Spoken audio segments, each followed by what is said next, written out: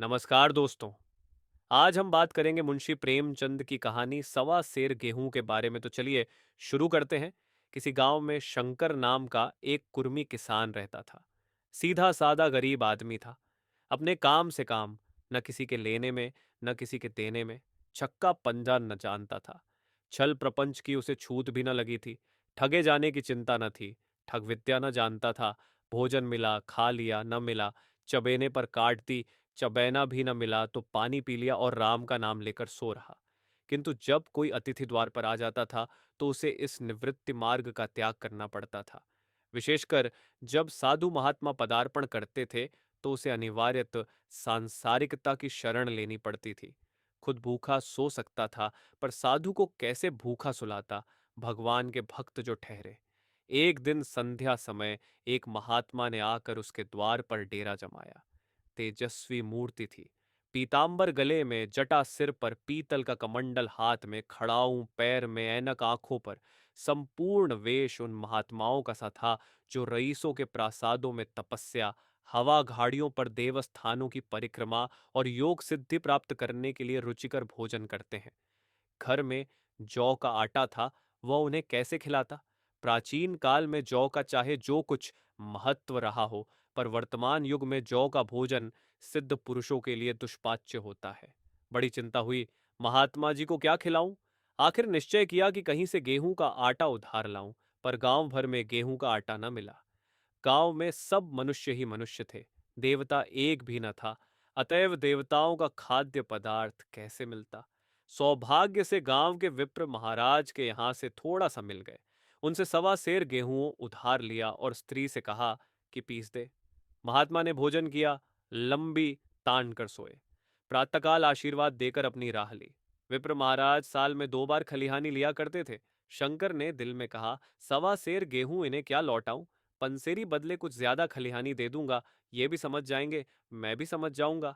चैत में जब विप्र जी पहुंचे तो उन्हें 1.5 पंसेरी के लगभग गेहूं दे दिया और अपने को ऊरण समझकर उसकी कोई चर्चा न की। विप्र जी ने फिर कभी न मांगा। सरल शंकर को क्या मालूम था कि यह सवा सेर गेहूं चुकाने के लिए मुझे दूसरा जन्म लेना पड़ेगा। 7 साल गुजर गए। विप्र जी विप्र से महाजन हुए। शंकर किसान से मजूर हो गया। उसका छोटा भाई मंगल उससे अलग हो गया था। एक साथ रहकर दोनों किसान थे, अलग होकर मजूर हो गए थे। शंकर ने चाहा कि द्वेष की आग भड़कने न पाए, किंतु परिस्थिति ने उसे विवश कर दिया। जिस दिन अलग अलग चूल्हे जले, वह फूट फूट कर रोया। आज से भाई भाई शत्रु हो जाएंगे। एक रोएगा दूसरा हंसेगा। एक के घर मातम होगा तो दूसरे के घर गुलगुले पकेंगे। प्रेम का बंधन, खून का बंधन, दूध का बंधन आज टूटा जाता है। उसने भगीरथ परिश्रम से कुल मर्यादा का वृक्ष लगाया था। उसे अपने रक्त से सींचा था। उसको जड़ से उखड़ता देखकर उसके हृदय के टुकड़े हुए जाते थे। 7 दिनों तक उसने दाने की सूरत तक न देखी। दिन भर जेठ की धूप में काम करता और रात को मुंह लपेट कर सो रहता। इस भीषण वेदना और दुस्सह कष्ट ने रक्त को जला दिया, मांस और मज्जा को खुला दिया। बीमार पड़ा तो महीनों खाट से न उठा। अब गुजर बसर कैसे हो। 5 बीघे के आधे रह गए। एक बैल रह गया। खेती क्या खाक होती।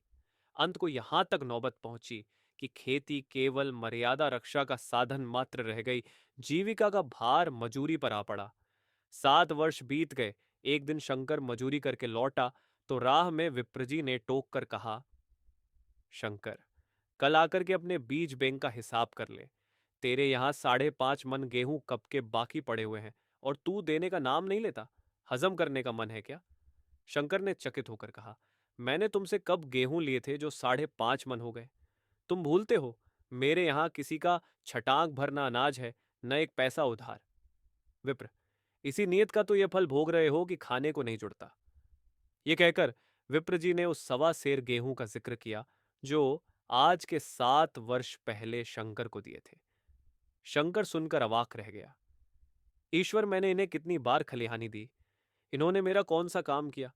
जब पोथी पत्र देखने, साइत सगुन विचारने द्वार पर आते थे, कुछ न कुछ दक्षिणा ले ही जाते थे। इतना स्वार्थ। सवा सेर अनाज को अंडे की भांति सेकर आज यह पिशाच खड़ा कर दिया जो मुझे निगल जाएगा।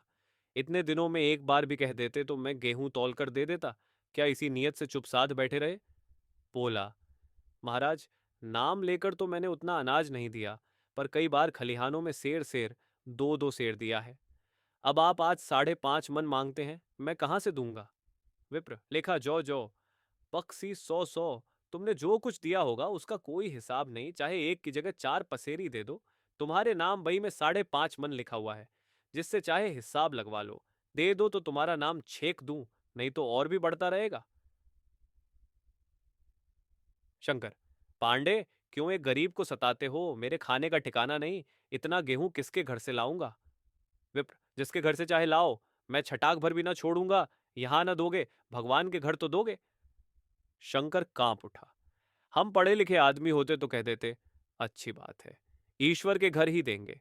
वहां की तौल यहां से कुछ पड़ी तो ना होगी, कम से कम इसका कोई प्रमाण हमारे पास नहीं, फिर उसकी क्या चिंता? किंतु शंकर इतना तार्किक, इतना व्यवहार चतुर न था। एक तो हार्ण वह भी ब्राह्मण का बही में नाम रह गया तो सीधे नरक में जाऊंगा, इस ख्याल ही से उसे रोमांच हो गया। बोला, महाराज, तुम्हारा जितना होगा यहीं दूंगा, ईश्वर के यहां क्यों दूं? इस जन्म में तो ठोकर खा ही रहा हूं। दोस्तों, माफ कीजिएगा अगर मैं आपको वीडियो के बीच में रोक रहा हूं, लेकिन एक छोटी सी बात शेयर करनी थी। हमारे आंकड़े बताते हैं कि 98% से भी ज्यादा लोग हमारे वीडियो देखते हैं, लेकिन सब्सक्राइब नहीं करते। देखिए, आपका सब्सक्राइब करना सिर्फ एक नंबर नहीं है, ये हमें और भी ज्यादा मोटिवेट करता है कि हम और अच्छा कंटेंट बनाएं और आपके साथ शेयर करें। हर एक सब्सक्राइबर से हमें नई एनर्जी मिलती है और आगे बढ़ने का हौसला मिलता है। तो कृपया हमारे चैनल को सब्सक्राइब करें और इस सफर में हमारे साथ बने रहें। तो चलिए फिर से कहानी पर आते हैं। उस जन्म के लिए क्यों कांटे बोऊं? मगर ये कोई न्याव नहीं है। तुमने राई का पर्वत बना दिया। ब्राह्मण हो के तुम्हें ऐसा नहीं करना चाहिए था। उसी घड़ी तगादा करके ले लिया होता तो आज मेरे सिर पर इतना बड़ा बोझ क्यों पड़ता? मैं तो दे दूंगा, लेकिन तुम्हें भगवान के यहां जवाब देना पड़ेगा। विप्र, वहां का डर तुम्हें होगा, मुझे क्यों होने लगा? वहां तो सब अपने ही भाई बंधु हैं। आर्षि मुनि, सब तो ब्राह्मण ही हैं। देवता ब्राह्मण हैं, जो कुछ बने बिगड़ेगी संभाल लेंगे। तो कब देते हो? शंकर, मेरे पास रखा तो है नहीं, किसी से मांग जौच कर लाऊंगा तभी न दूंगा। विप्र, मैं ये न मानूंगा। 7 साल हो गए, अब एक दिन का भी मुलाहिजा ना करूंगा। गेहूं नहीं दे सकते तो दस्तावेज लिख दो। शंकर, मुझे तो देना है, चाहे गेहूं लो, चाहे दस्तावेज लिखाओ। किस हिसाब से दाम रखोगे? विप्र, बाजार भाव 5 सेर का है, तुम्हें 5.25 सेर का काट दूंगा।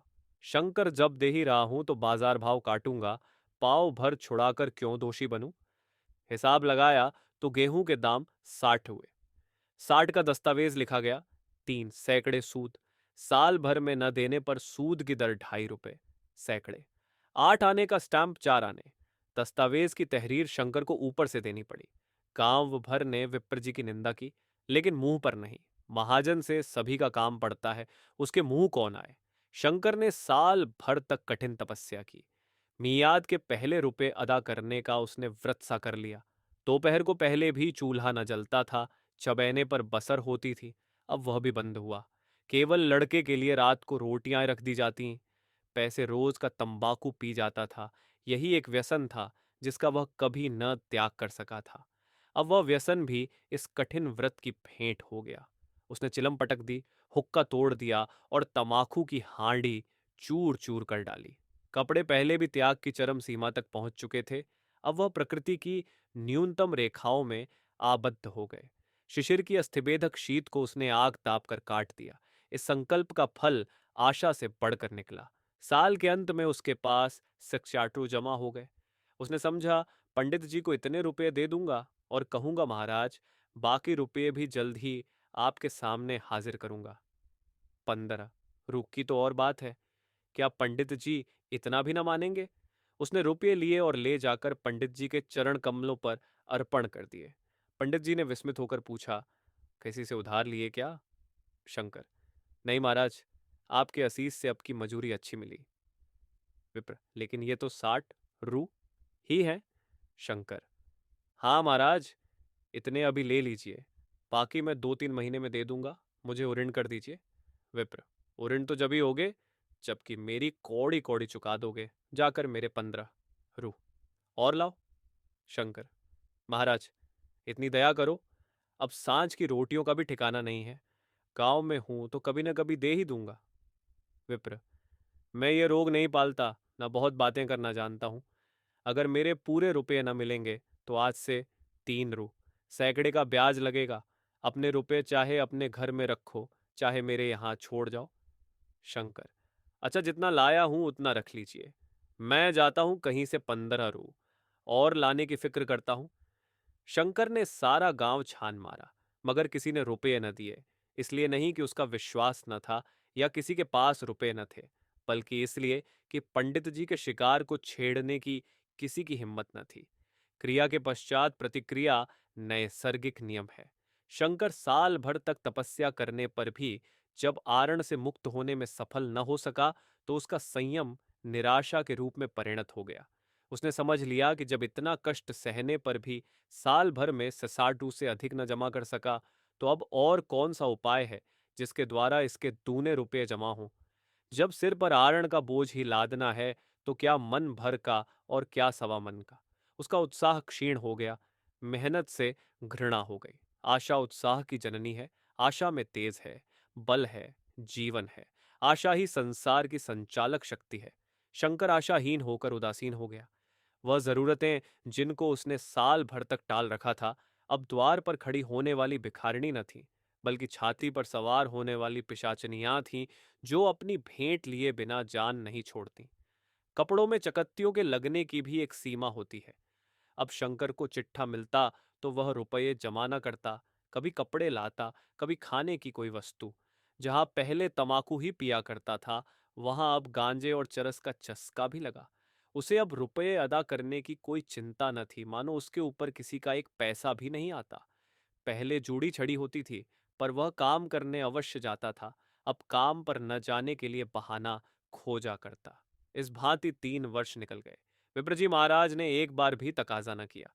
वह चतुर शिकारी की भांति अचूक निशाना लगाना चाहते थे। पहले से शिकार को चौंकाना उनकी नीति के विरुद्ध था। एक दिन पंडित जी ने शंकर को बुलाकर हिसाब दिखाया।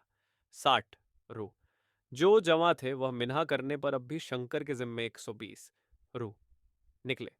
शंकर, इतने रुपए तो उसी जन्म में दूंगा, इस जन्म में नहीं हो सकते। विप्र, मैं इसी जन्म में लूंगा। मूल ना सही, सूद तो देना ही पड़ेगा। शंकर, एक बैल है, वह ले लीजिए, और मेरे पास रखा क्या है। विप्र, मुझे बैल बधिया लेकर क्या करना है। मुझे देने को तुम्हारे पास बहुत कुछ है। शंकर, और क्या है महाराज। विप्र, कुछ है, तुम तो हो। आखिर तुम भी कहीं मजूरी करने जाते ही हो। मुझे भी खेती के लिए मजूर रखना ही पड़ता है। सूद में तुम हमारे यहाँ काम किया करो। जब सुभीता हो, मूल को दे देना। सच तो यूं है कि अब तुम किसी दूसरी जगह काम करने नहीं जा सकते, जब तक मेरे रुपए नहीं चुका दो। तुम्हारे पास कोई जायदाद नहीं है। इतनी बड़ी गठरी मैं किस एतबार पर छोड़ दूं। कौन इसका जिम्मा लेगा कि तुम मुझे महीने महीने सूद देते जाओगे। और कहीं कमाकर जब तुम मुझे सूद भी नहीं दे सकते, तो मूल की कौन कहे। शंकर, महाराज, सूद में तो काम करूंगा, और खाऊंगा क्या। विप्र, तुम्हारी घरवाली है, लड़के हैं, क्या वे हाथ पांव कटा के बैठेंगे। रहा मैं तुम्हें आधा सेर जौ रोज कलेवा के लिए दे दिया करूंगा। ओढ़ने को साल में एक कंबल पा जाओगे। एक मिर्जई भी बनवा दिया करूंगा, और क्या चाहिए। यह सच है कि और लोग तुम्हें आने देते हैं, लेकिन मुझे ऐसी गरज नहीं है। मैं तो तुम्हें रुपये भरने के लिए रखता हूं। शंकर ने कुछ देर तक गहरी चिंता में पड़े रहने के बाद कहा, महाराज, यह तो जन्म भर की गुलामी हुई। विप्र, गुलामी समझो चाहे मजूरी समझो, मैं अपने रुपये भराए बिना तुमको कभी ना छोड़ूंगा। तुम भागोगे तो तुम्हारा लड़का भरेगा। हाँ, जब कोई ना रहेगा तब की बात दूसरी है। इस निर्णय की कहीं अपील न थी। मजूर की जमानत कौन करता, कहीं शरण न थी। भागकर कहाँ जाता। दूसरे दिन से उसने विप्रजी के यहाँ काम करना शुरू कर दिया। सवा सेर गेहूं की बदौलत उम्र भर के लिए गुलामी की बेड़ी पैरों में डालनी पड़ी। उस अभागे को अब अगर किसी विचार से संतोष होता था, तो यह था कि वह मेरे पूर्व जन्म का संस्कार है। स्त्री को वे काम करने पड़ते थे जो उसने कभी न किए थे। बच्चे दानों को तरसते थे, लेकिन शंकर चुपचाप देखने के सिवा और कुछ न कर सकता था। वह गेहूं के दाने किसी देवता के शाप की भांति या वह जीवन उसके सिर से न उतरे। शंकर ने विप्र जी के यहाँ 20 वर्ष तक गुलामी करने के बाद इस दुस्सार संसार से प्रस्थान किया। 120। अभी तक उसके सिर पर सवार थे। पंडित जी ने उस गरीब को ईश्वर के दरबार में कष्ट देना उचित न समझा। इतने अन्यायी, इतने निर्दयी न थे। उसके जवान बेटे की गर्दन पकड़ी। आज तक वह विप्र जी के यहाँ काम करता है। उसका उद्धार कब होगा? होगा भी या नहीं, ईश्वर ही जाने।